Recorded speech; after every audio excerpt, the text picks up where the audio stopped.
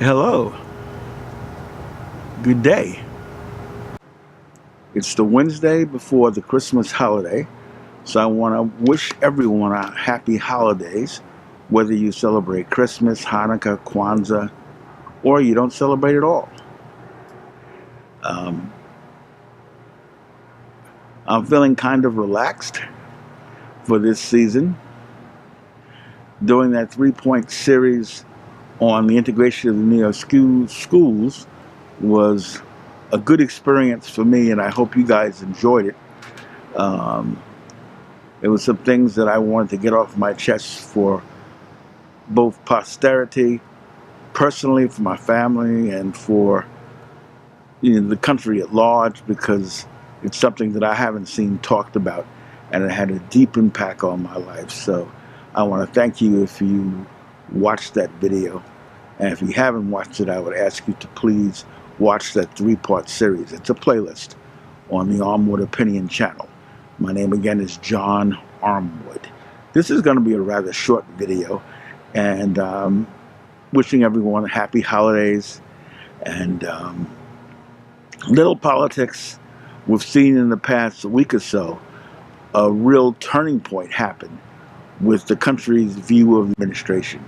And I know a lot of people, particularly a lot of people on the left, are afraid to acknowledge it. But when Fox News talks about the fact that it's a possibility that Donald Trump is already an unindicted co-conspirator with Michael Cohen and other members of his coterie of criminals, Michael Flynn, Michael Cohen, the whole group, you know things are getting bad. And the reason they mention that, of course, is because in case he were to be reelected, the statute of limitations on his crimes would run unless he was secretly indicted, which would preserve those indictments. So the Southern District of New York may have already indicted him. We don't know. And understand, some people are confused, saying that a president can't be indicted. There's nothing in the Constitution that says that. There's nothing in law that says that. It's only an opinion from the Attorney General's office. And we all know about opinions. We each have one. But we know that the weight that they carry only is measured by the person who is looking at it at that particular moment. And we saw a judge get very, very angry at Michael Flynn yesterday, refused to accept his plea. And what that indicates to me, and that's not surprising, I practiced law for 16 years. So judges do not like people who disregard the law, and people who commit treason and then want to pay nothing for it, even though Mueller's group, the Justice Department, requested no jail time. A kid caught with a bag of marijuana or an ounce of marijuana anywhere in the United States except the states that have decriminalized it would go to jail for that. And this guy who was conspired, Michael Flynn, with Russia against the United States to steal an election.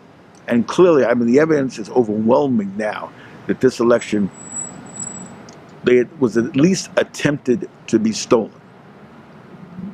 It was successful. Whether that was the turning point or not, it can be argued, and I acknowledge that. But the bottom line, what the Trump campaign in particular and his associates did was one of the greatest crimes in the history of American politics. It far exceeds what Richard Nixon did. And Nixon was a criminal, and it was bad enough. Trump is part of a criminal family. I mean, he's calling people rats, calling Michael Cohen a rat.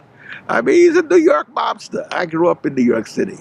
Trump was always known as a New York mobster real estate developer. And he's continued to act like a mobster in the White House. We know this. It's nothing surprising here, nothing unusual. But other things are going on, and I hope you guys are having a joyful holiday season.